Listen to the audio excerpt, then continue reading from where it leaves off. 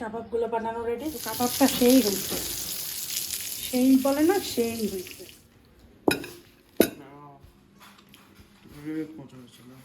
অনেক মজা, এই রোলটা অনেক মজা, খেয়ে দেখো, অনেক মজা পাবে।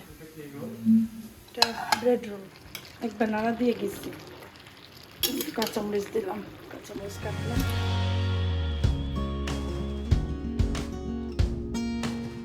আসসালামু আলাইকুম, কেমন আছেন সবাই? আশা করছি সবাই ভালো আছেন। দুপুর 3টা বাজে, 3টা দিয়ে ব্লগটা শুরু করলাম। আমার মাশাআল্লাহ গাছটা অনেক বড় হয়েছে, অনেক, মানে এটা দিয়ে কতবার যে কাটছি, আজকে পানি দিছি গাছে, কত সুন্দর লাগে না দেখতে। একটা ঝুলে ঝুলে পড়বে আস্তে আস্তে নিচের দিকে। গাছটা পানি দেওয়া হয়েছে।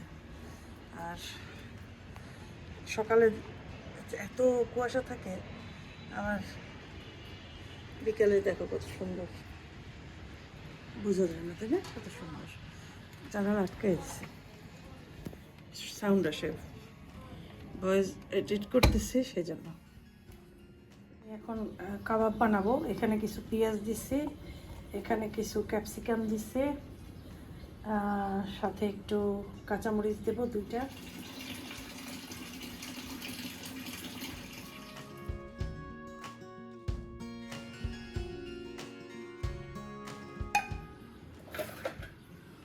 এটা শুধু পানিটা নিকড়াবো, ঢেলে দিলাম। দেখো নিকড়ানো হয়েছে, এটা নিব। আর দেখো কত পানি বের হয়েছে, এটা ফেলে দেবো। তখন চিকেনটাকে একটু ম্যাশ করে, অ্যাকচুয়ালি ম্যাশ না, এটাকে একটু কিমার মতো করে নেব, গ্রাইন্ড করে নেব। আজকে আমরা খুব সুন্দর একটা শিশ কাবাবের মতো কাবাব বানাবো।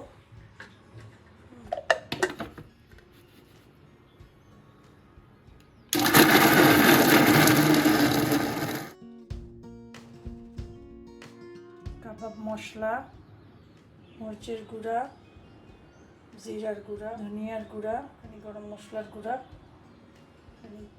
তেল, লবণ, চিলি ফ্লেক্স চাইলে দিতে পারো। তারপরে এটাকে মাখাবা। আর একটা কথা বলি, এইটার ভিতরে আমি কিন্তু রসুনও দিয়েছিলাম, ঠিক আছে? আদা, এক্সট্রা আদা বাটা দিয়ে নিও, বা ওর সাথে ব্লেন্ডারে ব্লেন্ড করে নিও। আমার আছে ফ্রোজেন, ছুটাইতে গেলে এখন সময় লাগবে, টাইমও নেই হাতে, আদা ছাড়াই বানালাম। কাবাবের কাঠি খুঁজছি অনেক, কোথায় যে রাখছি আমি নিজেও জানি না। চ্যাপটা চ্যাপটা দিলে ভালো হইতো, মানে ভিতরের ইয়েটা। তো চামিচ দিয়ে একটু ট্রাই করি, বড়ো চামিচ দিয়ে ট্রাই করে দেখি কেমন হয়। দিয়ে চেপে চেপে এভাবে করে দিতে হবে। কাবাবগুলো বানানো রেডি, চুলায় দিছি হাঁড়ি। এখন রাইসটা তৈরি করব। সবার আগে তেলের আগে কিছুই না। তো 1 কেজি প্রায় পোলাওয়ের চাল নিছি আমি। পেঁয়াজ ভাজা দিয়ে নিই, পেঁয়াজ না দিলেও চলে, তাও আমি একটু পেঁয়াজ দিলাম। পেঁয়াজটা ভাজা দিয়ে তারপরে দারচিনি, তেজপাতা, স্টার অ্যানিস মানে কারামরি, এই কটাই মশলা যাবে, আদা রসুন,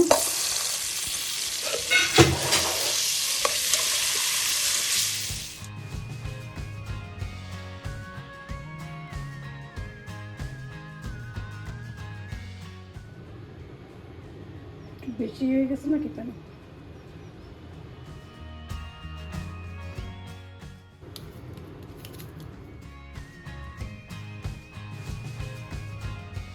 পাউরুটি নিচ্ছি, বেলনি দিয়ে বেলে চ্যাপটা করে তারপর রাখবো, কারণ এটা দিয়ে বানাবো কিছু একটা। তো কী বানাবো এখনও জানি না, আগে চ্যাপটা করে চিন্তা ভাবনা করে দেখলাম যে ডিমের ঝুড়ি করেই ইউজ করি, তাড়াতাড়ি হইবে। ফ্রোজেন করা আছে, কি সুন্দর করে চামচের রাখছিলাম পুর, কিন্তু ওটা এত ফ্রোজেন, তো ছাড়াইতে লাগবে এখন 20 মিনিট। চিন্তা করলাম এটা দিয়েই করি।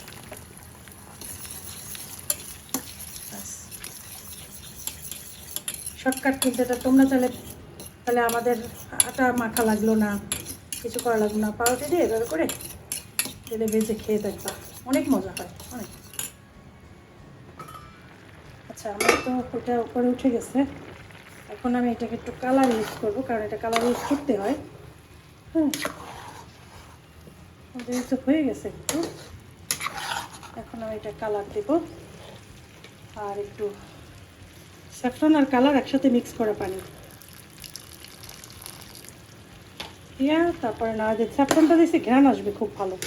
স্যাফরনে অত কালারটা বের হয় না এত তাড়াতাড়ি, হ্যাঁ, কিন্তু হয়, ঘ্রাণ আসে খুব সুন্দর। আর একটু দিতে হবে। এটা তুর্কি, লেবানিস, তারপরে এইসব জায়গার মানুষরা এত পছন্দ করে, এত খায় এই খাবারটা, তাদের খুব মানে আরব কান্ট্রির সবাই এটা খুব ফেমাস খাবার। কাবাব সাথে রাইস, এইরকম রাইস আর কাবাব এরকম মশলা দিয়েই করে, এরকম স্টার অ্যানিসটা খুব ইউজ করে, না তো মজা হয় না। আর স্যাফরন অবশ্যই, স্যাফরন ছাড়া তো হবেই না, স্যাফরন দিতেই হবে। তো স্যাফরনটা আগে ভিজিয়ে রাখবা, ঠিক আছে? আমি একটু পাউডার করে স্যাফরনটা গুঁড়া করে তারপরে ভিজিয়েছি, যেহেতু পরিমাণ কম ছিল সেই জন্য। হ্যাঁ, এখন এটাকে দমে দিয়ে দেবো।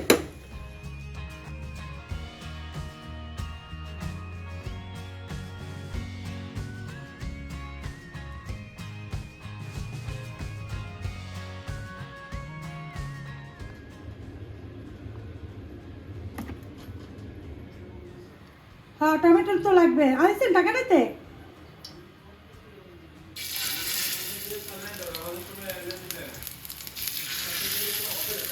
ঠিক আছে।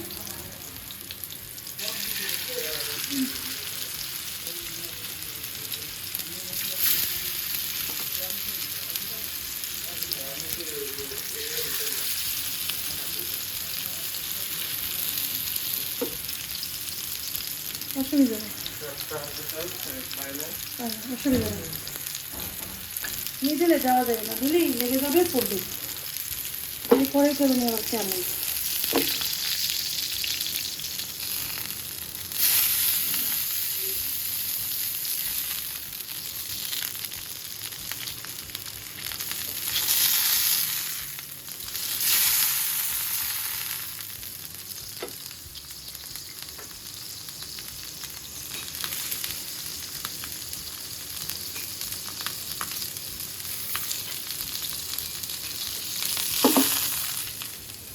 বেগুনির গোলার মতো গোলা করে তারপরে এটাকে ডুবিয়ে ডুবিয়ে ভাজতে হবে।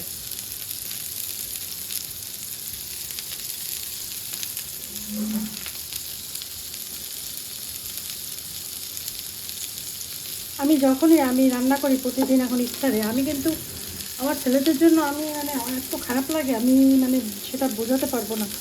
ওরা আমার খাবার এত পছন্দ করে, আমার হাতে রান্না।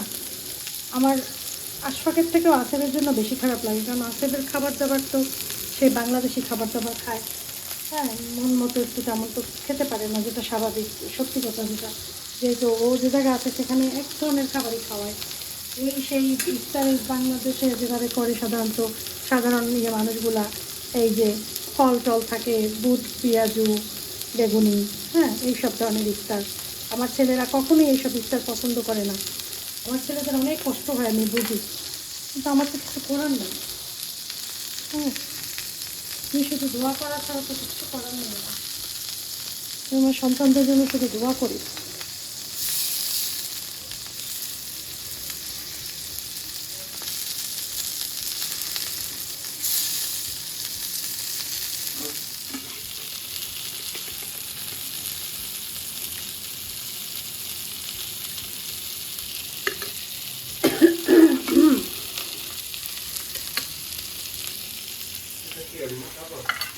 কাবাব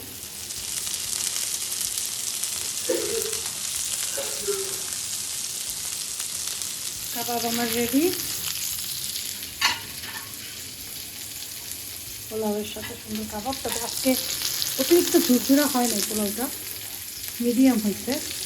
এর আগে যেমন সবসময় ঝুরঝুরা চককে বললাম না, ওই যে রান্নার সময় দেখলাম একটু পানি বেশি পড়ে গেছিলো। তো কাবাবটা সেই হয়েছে, সেই বলে না, সেই হয়েছে। এই সবজিগুলো দিয়ে দেবো, ওদিকে হাতে টাইমও নাই, একদম টাইম নেই। আত্মহত্যা করা হচ্ছে মহাপাপ, আমরা সবাই কিন্তু সেটা মুসলমানরা জানি। আমাদের প্রিয় নবী সাল্লাল্লাহু আলাইহি সাল্লামের যুগে তার সাহাবীরা তারা একটা যুদ্ধ করেছিল, খাইবার যুদ্ধ বা কি যে কোনো একটা যুদ্ধ হবে। তখন এক সাহাবা অনেক বীরত্বের উদাহরণ দিয়েছিলেন, সে অনেক সুন্দর করে যুদ্ধ করেছেন। কোনো এক সময় তিনি আহত হয়েছেন অনেক বেশি। তিনি সেই আহত হওয়ার পর সেই কষ্ট সে সহ্য করতে পারে নাই, তার খুব কষ্ট হচ্ছিল। তখন সে কী করে, খাঞ্জারের উপর মানে চাকুর উপরে নিজের বডি দিয়ে নিজেই মৃত্যুবরণ করেন। এবং নবী সাথে সাথে বলেছিল যে সে জাহান্নামী, কারণ আত্মহত্যা করা হচ্ছে মহাপাপ। আত্মহত্যাকারী কখনো জান্নাতে যাবেন না, এটা আমাদের ইসলাম ধর্মের সবাই জানে এবং এটাই আল্লাহ বলে দিয়েছেন। এই জন্য যে আত্মহত্যা করবে সে জান্নাতে যেতে পারবে না, এটা সবসময় ব্রেইনে সবার রাখবেন। কেউ যদি ডিপ্রেশনে যায়, যে কারো যদি অনেক কষ্ট হয়, তখন বেশি করে আল্লাহকে স্মরণ করতে হবে। আর কাউকে অতিরিক্ত ভালোবাসবেন না, কারণ অনেক বেশি ভালোবেসে ফেললে সেই মানুষ যদি আপনার কাছ থেকে দূরে সরে যেতে চায়, তখন আপনি কষ্ট পাবেন। সেজন্য এতটাই ভালোবাসবেন যে সে দূরে সরে গেলেও আপনার কষ্ট হলেও আপনি যেন সহ্য করতে পারেন। তো এটাই আমার একটা এই আজকের ভ্লগে বললাম। আমি কারো নাম নিয়ে বললাম না, কারণ এই ঘটনাটা এখন সবাই জানে। তো আমি যদি কারো নাম নিয়ে বলি তাহলে অনেকেই আমাকে অপছন্দ করবে এখানের। সেজন্য আমি এভাবেই বললাম যে আসলে আত্মহত্যা মহাপাপ। আত্মহত্যাকারীর সাপোর্টেও থাকা উচিত না। যে আত্মহত্যা করেছে সে পাপ করেছে, সে তো চলেই গিয়েছে।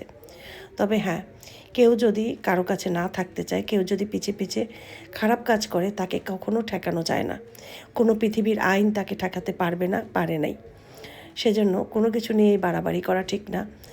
কথা হচ্ছে এটাই, কারোর সাথে যদি ভালো না লাগে, তাকে ছেড়ে দেয়া বা তার কাছ থেকে দূরে চলে যাওয়া, এটাই। সবজিগুলো নিয়ে নেই। আজকে জানালা খুলছি, বাতাসে চুলার অবস্থা খারাপ, চুলা নেবে যায়। এত বাতাসটা এটা এখান দিয়ে রাখছি যাতে বাতাসটা বেশ না করে।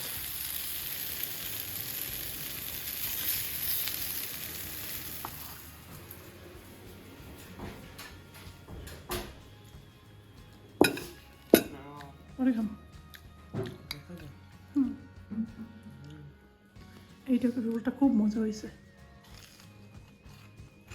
খাও, মজা, অনেক মজা। টার্কিশ লাগে। চিকেনটা দেখো তো কেমন হয়েছে।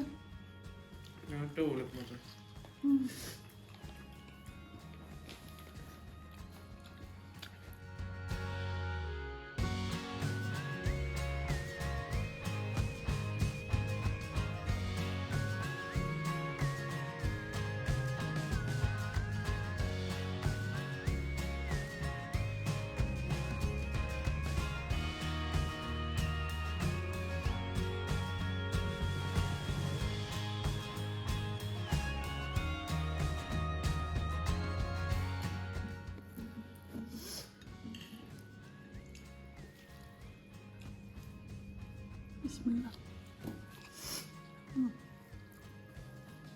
আসলে অনেক মজা।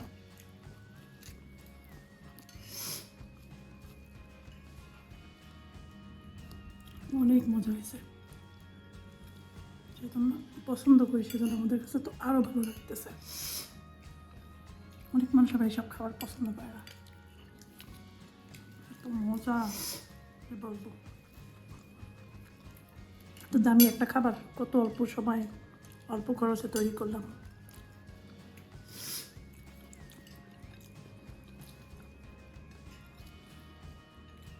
রেস্টুরেন্টে গেলে খাবারটার কত পরিমাণ দাম হতো, তারপর খাবারের পরিমাণও ভালো থাকতো না, খাবারের মানও অত সুন্দর না, অত ভালো না।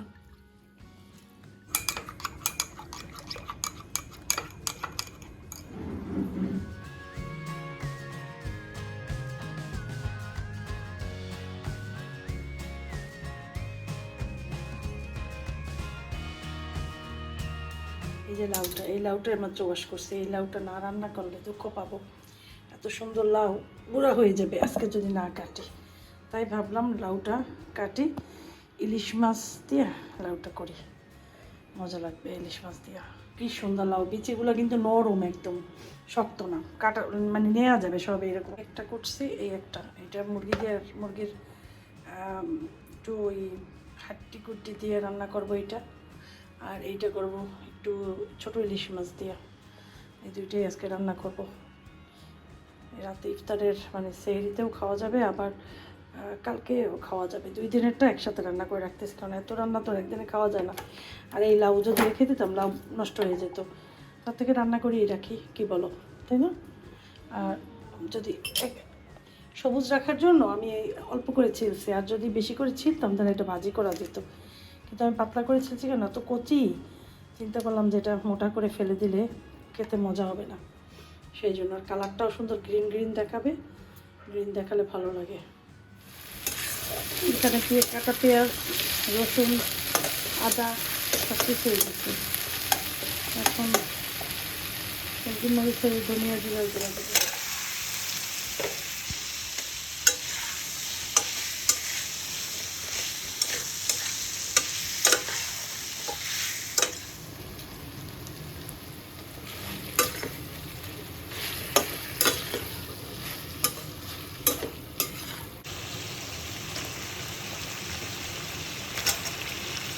লাউটা এত কচি, মাসাল্লাহ, এত মানে ঘ্রাণ আসে লাউয়ের একটা, মানে খুবই সুন্দর লাউটা, মাসাল্লাহ মাসাল্লাহ। দেখি তো কি অবস্থা, একটা কাঁচামরিচ দিতে হবে।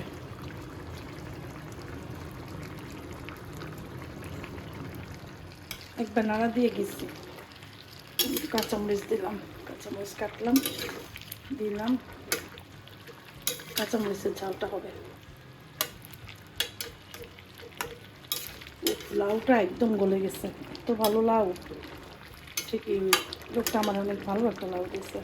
আমি সবসময় ডিম কিনি ওই দোকান থেকে, আমার তার গাছের লাউ, বলছে আপনি নিয়ে খান, এখন পয়সা লাগবে না, কারণ আমার কাছে পয়সা ছিল, সেজন্য পয়সা দেইও নাই।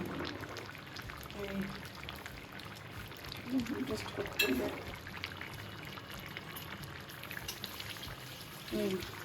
লবণ টবণ সব পারফেক্ট, আর একটু হইলেই চুল অফ করে দেবো। খাবার নিয়ে বসলাম আমরা, রাত্র 1টা বাজে, ক্ষুধাও লাগছে, আর এই সময় খাই 1টা থেকে 2টার ভিতরে। শাকভাজি করছিলাম, পালং শাক, আর এটা করছিলাম না লাউ দিয়ে, এটা ওটা নিয়েছি খাবো, আর রাইস সাথে ইয়ে তো আছে। ভাত রান্না করি না, এগুলো ছিল বলি যে তার ভাত রান্নার দরকার নেই, এটাই খাই।